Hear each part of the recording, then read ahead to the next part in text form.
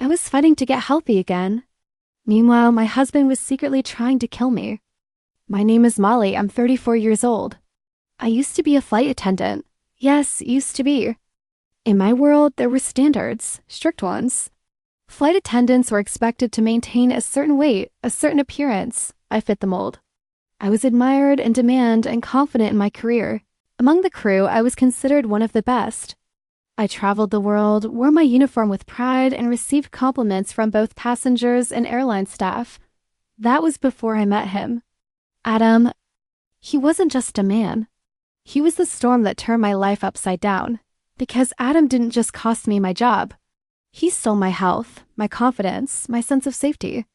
And now I'm going to tell you the whole story. As I said, I was a flight attendant. It was my dream job since childhood, and I made it happen. I spoke multiple languages fluently, had excellent communication skills, and was known for my warm, welcoming smile. I was one of those people who truly enjoyed connecting with others, whether they were passengers from across the world or my fellow crew members. My childhood was filled with joy. I grew up in a loving, supportive home with 2 incredible parents, a younger brother I adored, and a sweet dog that followed us everywhere. Life was good. Really good. My brother, Nathan, was a wild card. His dreams changed with the seasons, but he was wildly talented in everything he tried. He hosted an art exhibition, learned to play the guitar, and started a rock band, joined math competitions, and then he fell in love. I know I've spent a lot of time telling you about my brother. There's a reason for that, a painful reason. While I was happily continuing my career in the skies, one day he boarded my flight. Adam? At first, I didn't think much of him. He wasn't particularly handsome, not the kind of guy who'd normally catch your eye. But the way he looked at me, it was different. There was something deep in his gaze, something soft, like admiration. He had already taken his seat, but his eyes followed me every time I walked down the aisle, and strangely, I liked it. I remember telling my brother Nathan about him using those exact words. When the in-flight beverage service began, Adam asked for a coffee. But the way he did it, it was like he had rehearsed it 100 times in his head. There was an adorable nervousness in his voice, and I couldn't help but smile. When I handed him his coffee, his hands were shaking. He nearly spilled it all over himself. I gently placed it on his tray table and said, "Enjoy," before returning to my duties. But even as I walked away, I could feel his eyes still on me. After that flight, I assumed I'd never see him again. And strangely, that thought made me sad. His quiet attention had stirred something in me, a softness, a spark. I found myself wishing he'd board another one of my flights. I should have been careful what I wished for, because it happened, again and again. Adam was suddenly everywhere. Almost every flight I worked, there he was, and it didn't feel like a coincidence. Each time he boarded, he'd flash me that crook smile and say it's me again.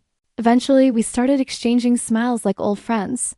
He'd wait at the gate just long enough to be the last one on, almost like he wanted those extra seconds with me at the door. And then one day it happened. As he stepped on the plane, he offered his hand and said, "Adam." I reached out to shake it. "Molly," I replied. Then he wiped his sweaty palms on his jeans and gave me a shy smile. "Would it be totally inappropriate," he asked, "if I offered to buy you a coffee after we land?" My heart skipped. I tried to stay professional, hostess mode, polite smile, but something inside me fluttered. No one had ever asked me like that. So simple, so sincere. And just like that, I said yes. We grabbed coffee together, just the 2 of us. It felt easy. Natural, like we'd known each other longer than a few chance encounters on flights. We laughed more than we talked. And when it was time to leave, we exchanged phone numbers. He texted me before I even made it to my car. "I already miss you, Molly." And just like that, I turned into a shy schoolgirl again. I couldn't stop smiling. I'd reread his messages over and over like a teenager. The way he looked at me, the way his confidence grew with each word he typed, it was disarming. And honestly, I loved it. We started texting nonstop, morning, noon, and night. Sometimes I tease him. "So you're not boarding my flights anymore? Was my number all you needed?" He replied with a winking emoji and said, "I wish I could be with you every day, but I have to work. And my mom needs me." That's when I found out about his mother. He'd taken her in after she fell seriously ill.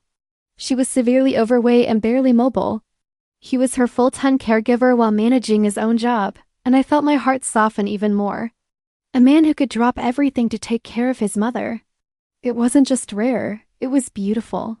One night, after a long international flight, I was completely exhausted. I'd landed in a small European city and checked into the airline's designated hotel. The kitchen was closed. And I hadn't eaten since breakfast. I sent Adam a text. I'm starving. Too tired to even move. Everything's closed. Within minutes, he replied, "Send me your hotel address." I smiled as I typed it in. What could he possibly be thinking? Phone still in hand, I dozed off, jet lag pulling me under like a wave, and then a knock on the door. I stumbled to the entrance and opened it to find a hotel staff member holding 4 massive bags of fast food. Cheeseburgers, boxes of fries, giant sodas. Enough to feed 5 people. I laughed, genuinely surprised. Called him immediately. "You're insane," I said, still grinning. "I'll never let you go hungry," he replied, his voice warm and certain. "Now eat and then get some real rest, okay?" That night, I fell asleep full, happy and convinced. I'd found someone who really cared, who saw me, who showed up. Once I got back from the flight, the only thing I wanted was to see Adam. Just being around him felt like coming home. I practically skipped all the way to our meeting spot. We went to a cozy little cafe, coffee and muffins on the table, smiles and sparks in the air. He looked at me, his brows furrowed. "You've lost weight," he said softly. "You look exhausted." Then he reached across the table and gently held my hand. "I'm going to take care of you, baby," he added. I leaned forward and pressed a soft kiss on his lips. His skin was warm. His lips were burning. He smiled and pulled me in again, this time with passion. It was the kind of kiss that makes you feel like the only person in the world. We left the cafe hand in hand, wrapped in autumn leaves and new love. I wanted nothing more than to walk along the lake, let the golden sun and falling leaves wrap us up in a picture-perfect moment. But Adam had other plans. "Come on," he said. "Let's not freeze to death out here. I'm taking you to dinner." We went to a nearby restaurant. He ordered half the menu. I laughed. "That's way too much food." He just winked. "You can taste a bit of everything. You need to regain your strength. All these flights, you need to be at your best." I smiled as the food kept arriving. It felt like a dream, like someone had finally put me first, like I was safe.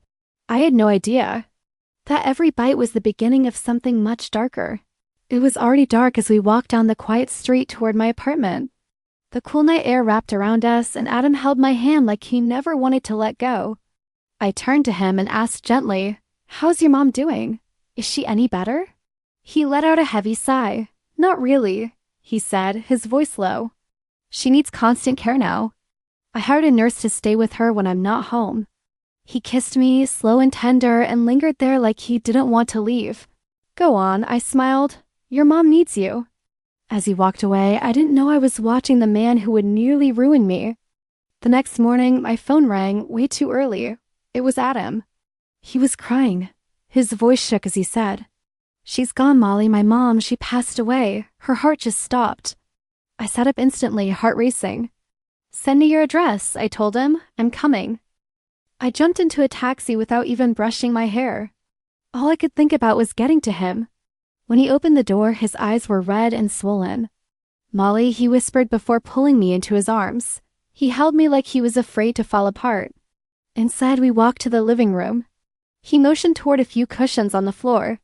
"She always sat here," he said, voice cracking. On the rug sat a couple of plates and empty chip bags like they'd shared one last snack the night before. At the funeral, Adam looked ghostly, like all the light had drained out of him.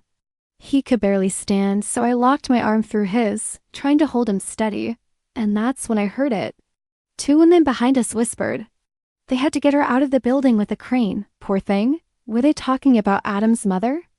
I turned my head just enough to catch a glimpse of them walking away, whispering to each other, and then everything changed. Strangely, suddenly, completely. The very next day, Adam invited me over for dinner, his voice on the phone much steadier than the day before. There was a lightness in his tone, a quiet strength that hadn't been there during the funeral. And I couldn't wait to see him. After all he'd done for me, how he cared for me, spoiled me, fed me when I was exhausted, I wanted to return the kindness. So I showed up at his door holding a nice bottle of wine and wearing my favorite soft blue sweater. He opened the door with a smile that was almost glowing. Gone was the grief-stricken man from yesterday. In his place stood someone with energy, vibrance, even charm. The aroma coming from the kitchen was mouth-watering: roasted garlic, caramelized onions, butter. He took my coat and kissed me gently, his lips warm against mine. "Come in," he said warmly, motioning toward the cozy, candlelit living room. Soft jazz played in the background. "I'll be right back, just finishing the salad dressing," he called from the kitchen. I sat on the plush sofa, glancing toward the corner of the room where his mother used to sit. The plates were cleared. The chips were gone. You could still feel her absence like a shadow in the air. He had cleaned everything, like he was starting over. "Adam," I said softly, "you didn't have to go through all this trouble, especially after everything you've been through." But he reached across the table and lightly touched my hand. "Not tonight, Molly," he said, his voice tender but firm. "I don't want to talk about the past. Tonight is special. Let's not ruin a single moment." I smiled, my heart full of warmth and anticipation, and sat down, and then I took my first bite. Oh my God. The food was incredible. And he made it all himself. That surprised me. I didn't know this side of him. The man looked across the table, his eyes shining with pride. He wasn't eating, just watching me. It was as if seeing me happy filled him up. Then all of a sudden, "Marry me," he said. I blinked, stunned, thinking I had misheard. But Adam stood up, came to me and put his arms around my waist from behind. He leaned close and whispered in my ear, "Marry me right now." Let's not wait. My heart started pounding. Was this really happening? I turned to face him, smiled like a girl in a fairy tale, and pressed my lips to his. "Yes," I whispered, "yes." He laughed a laugh, giddy, almost childish. He picked me up and spun me around the kitchen as if he'd won the lottery. And maybe, according to him, he had. Suddenly, I was engaged. There was no plan, no ring. Just a whispered promise over candlelight and truffle pasta. When I told Nathan the news, he nearly shouted over the phone. "My little sister's getting married? What? That's unbelievable." I was on top of the world. We had a simple, elegant wedding ceremony. Just family, close friends, and soft music under golden lights. Nathan, his fiancée, my loving parents, and a few childhood friends were all there, smiling, cheering, crying happy tears.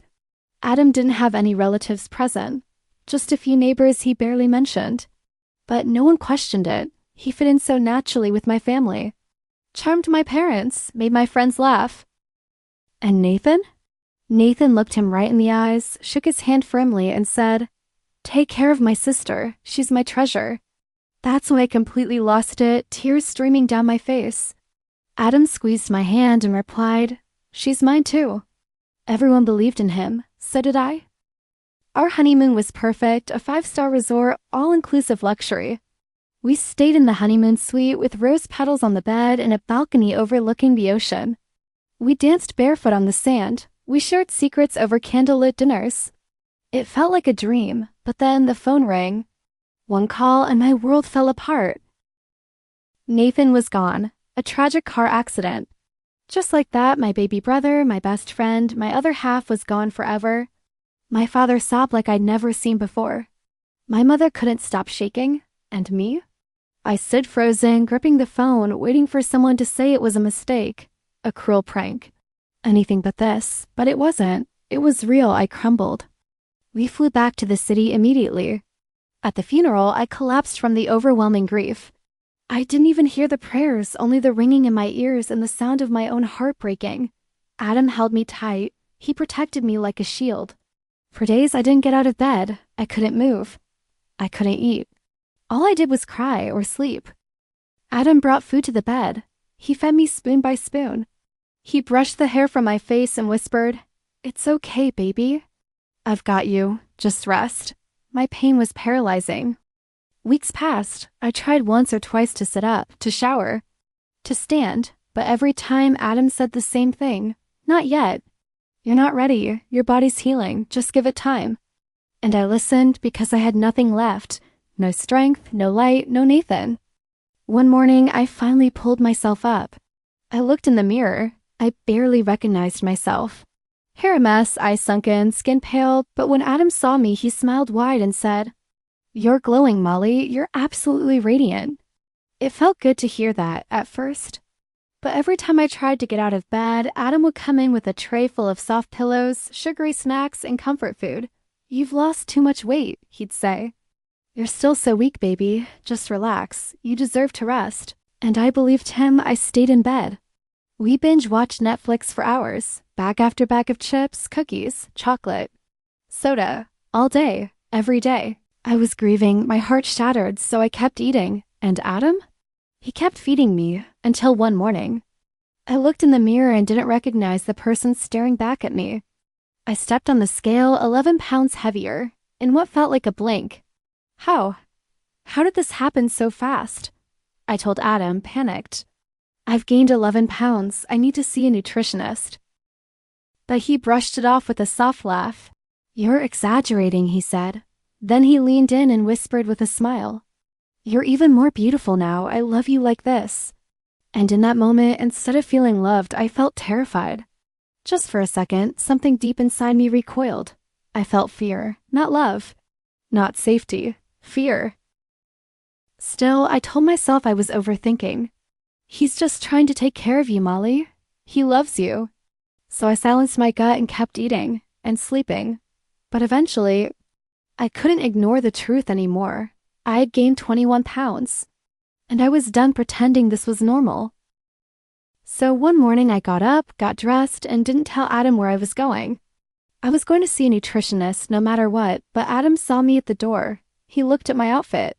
"Where are you going?" he asked, his voice tight. When I told him I had an appointment, he forced a smile, tried to sound sweet. "Babe, you don't need that. Seriously. Let's watch something. I'll make your favorite." But I said no, and that's when his tone changed. Sharp, angry. "Stop being ridiculous. Sit down." He pointed to the corner of the room, the one where his mother used to sit. My heart dropped. I just stood there, frozen. His voice softened again. "Sorry, baby. I didn't mean that. I worry about you." That night, I slipped into bed beside the man I once trusted with my life, and for the first time, I was afraid. When he brought me my usual glass of warm milk, I waited until he wasn't looking and poured it down the sink. Then I crawled into bed, pretending to fall asleep, and stayed wide awake all night. As soon as I heard his soft, steady breathing, I quietly slipped out from under the covers. I didn't know exactly what I was searching for, but every cell in my body screamed that something was very, very wrong. I opened drawers, searched through cabinets, his bedside table, and then I found it, a journal, tucked deep inside the bottom drawer. But in the very back of that journal, I found something else, a plastic pouch filled with pills, sleeping pills. Heavy ones. I froze. Adam never mentioned insomnia. He never said a word about needing medication. My hands were shaking as I turned the pages of his journal. That's when something slipped out from between the pages. Photographs. My photographs, not smiling portraits. Not sweet, candid moments. These were twisted, creepy, violating. Photos of me taken while I was asleep. Close-ups of my bloated stomach, my swollen face. The folds of skin I didn't even know I had. He had zoomed in, zoomed in. Suddenly, everything made sense. The junk food, the weight gain, the constant encouragement to rest. He wasn't taking care of me. He was drugging me, fattening me up and taking pictures. What kind of sick obsession was this? In that moment, I didn't just want to run. I wanted to destroy him. Every fiber in my body screamed, "Get out now," but something stronger kept me still. He had taken my body, my health, my career. I couldn't just walk away. He needed to pay. The man I once thought was my protector, my partner, had been slowly poisoning me with food, pills, and control.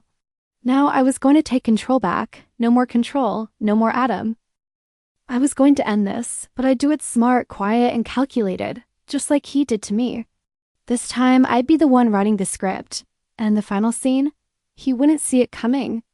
I wanted to keep digging, open the wardrobe, search more drawers, but I was terrified he'd wake up. So instead, I slipped back into bed, curling beside him with a mix of fear and disgust. Sleep was impossible. By morning, the roles had reversed. I gave him the glass of milk, just like he'd been doing to me for months. Only this time I was the one in control. Within an hour, he was fast asleep again, and I got back to work. That's when I noticed something else. A second hidden compartment at the bottom of the drawer. Inside were dozens of photos. Photos of women, sleeping, overweight. My heart sank. Their stomachs, their thighs, their backs. Some were curled up like children. All of them were drugged. Just like me, on the back of each photo was a name and a date. I jumped on Facebook, typing their names one by one. I found them all. And I sent them all the same message. Hi, did you date someone named Adam B years ago? I'm his wife and I just found sleeping photos of you in his drawer. You may have been drugged like I was. Please message me back. One by one they replied, some were in shock. I gave them a time, a place. And then I slipped out while Adam was deep in his drug sleep. We met at a quiet cafe on the edge of town. There they were. One by one they arrived, confused, shaken, but ready. They were not alone. We were not alone. I calmed them down. And then we marched into a law firm together, a powerhouse legal team that specialized in victims' rights, sexual misconduct, and criminal abuse cases.